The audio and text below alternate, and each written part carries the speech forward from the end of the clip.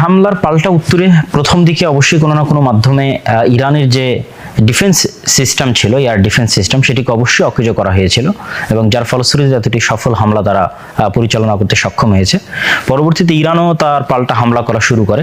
Iran ড্রোনের মাধ্যমে হামলা শুরু করে, পরবর্তীতে ধীরে ধীরে মিসাইল, হাইপারসনিক মিসাইল, দূরপাল্লার ক্ষেপণাস্ত্র এবং ইসরায়েলের তেল আবিব, হাইফা ইত্যাদি নগরীতে হামলা করার মাধ্যমে ইরানও তার পাল্টা যে আক্রমণ সেটা অব্যাহত রেখেছে।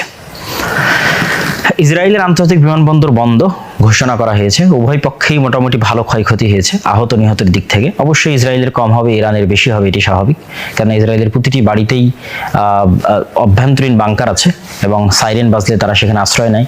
ইসরায়েলের আয়রন ডোম যে আকাশ প্রতিরক্ষা ব্যবস্থা, এটি অত্যন্ত উন্নত প্রযুক্তির এবং আমেরিকার নিজস্ব সাপোর্ট আছে।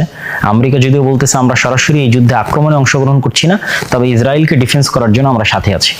তো আমেরিকা যেহেতু ইসরায়েলকে ডিফেন্স করার জন্য সাথে আছে, সেহেতু ইরান যত মিসাইলে নিক্ষেপ করুক সেগুলো খুব কম সংখ্যকই লক্ষ্য ভেদ করতেছে। অধিকাংশই রাস্তাতেই ইন্টারসেপ্ট তথা রাস্তাতেই পাল্টা মিসাইল এসে সেগুলোকে আক্রমণ করে ধ্বংস করে দিচ্ছে, যেটা আকাশ প্রতিরক্ষা ব্যবস্থার অংশ। তো সেহেতু ইসরায়েলের ক্ষয়ক্ষতি কম হবে এবং ইরানের ক্ষয়ক্ষতি বেশি হবে, এটি স্বাভাবিক। যদি ইরানের পক্ষ থেকে যে দাবি করা হয়েছে যে ফাইটার জেট 35 এটি ধ্বংস করা হয়েছে, এটির আসলে এখন পর্যন্ত কোনো স্পষ্ট প্রমাণ পাওয়া যায়নি।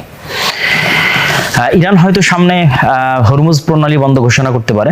আপনারা ম্যাপে দেখলে দেখবেন যেটি পারস্য উপসাগর, ওমান সাগর এবং আরব সাগরের মধ্যে যে কানেকশন এবং মধ্যপ্রাচ্যের যতগুলো বড় বড় দেশ আছে তাদের তেল সহ বিভিন্ন কিছু আমদানি এবং রপ্তানির যে মূল লাইন, সেই হরমুজ প্রণালী, সেটি যদি ইরান বন্ধ ঘোষণা করে তাহলে এই যুদ্ধটা আরো ব্যাপক আকার ধারণ করবে এবং অনেকেই ধারণা করতেছে যে এই যুদ্ধ হয়তো অতি সত্বর বা অতি সহজেই থামার নয়, বরং একটা ফুল স্কেলের তৃতীয় বিশ্বযুদ্ধ রূপ নিতে পারে। আল্লাহু আলাম, আল্লাহ সুবহানাহু ওয়া তাআলা ভালো জানে।